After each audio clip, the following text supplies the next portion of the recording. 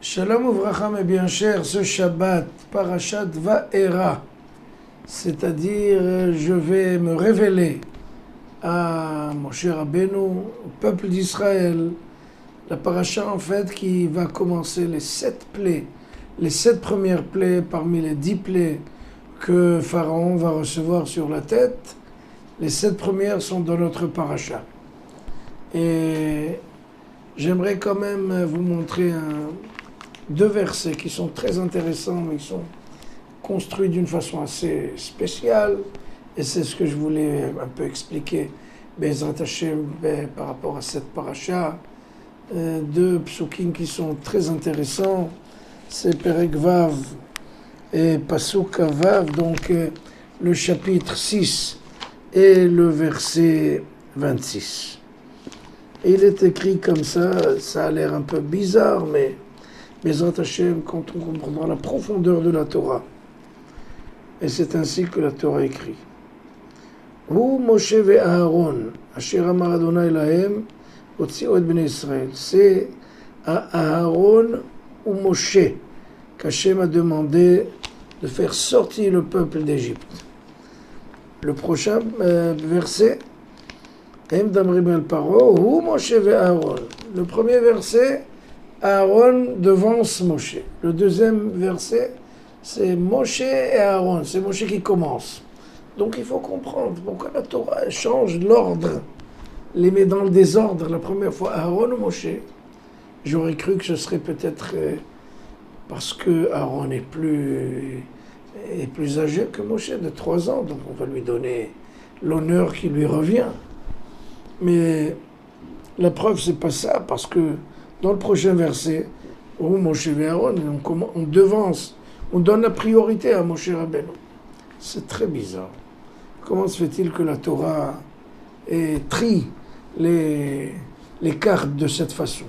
Elle aurait dit la même chose, ou elle donne la valeur à l'âge, ou elle donne la valeur à la grandeur, disons, ce qu'il doit faire dans la vie. Moshe, bien entendu, est arrivé beaucoup plus haut que Aaron, avec tout l'honneur qu'on a pour Aaron.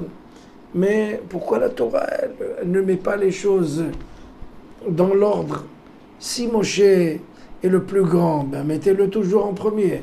Si Aaron est le plus grand, mettez-le toujours. Pourquoi? Une fois c'est Aaron qui devance, une fois c'est Moshe qui devance. Et là je vais expliquer la profondeur des choses. Chas v'shalom, il n'y a pas d'erreur dans la Torah.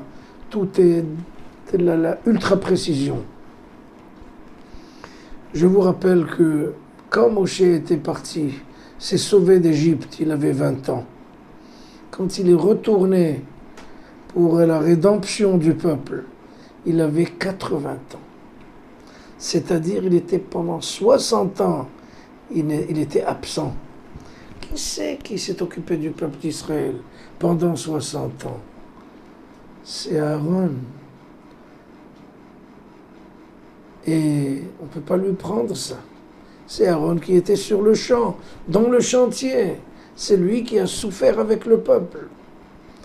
Donc maintenant, on va comprendre très très facilement ce qui est écrit. Lorsqu'il s'agit de parler avec le peuple, et à ça, il n'y a que Aaron qui a la légitimité de parler au peuple. C'est lui qui a souffert avec eux. C'est lui qui était dans leur malheur et dans leur bonheur. Donc c'est lui qui peut être l'intermédiaire,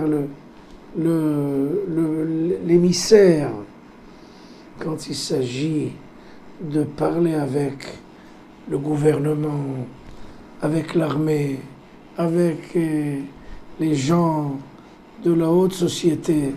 Moshe Rabbeinu,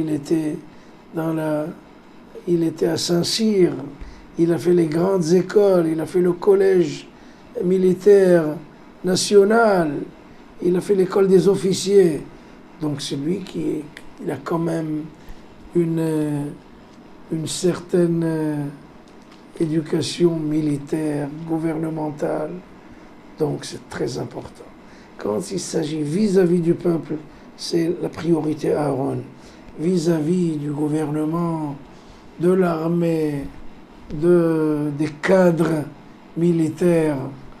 Ça, c'est bien entendu Moshe qui est bien formé pour la chose. Donc, on va lui donner la priorité. C'est-à-dire que la Torah est extrêmement précise. Ce n'est pas comme ça, chas v'shalom, dans l'ordre et le désordre, mais tout est dans la plus grande précision. Shabbat shalom au Mevorach.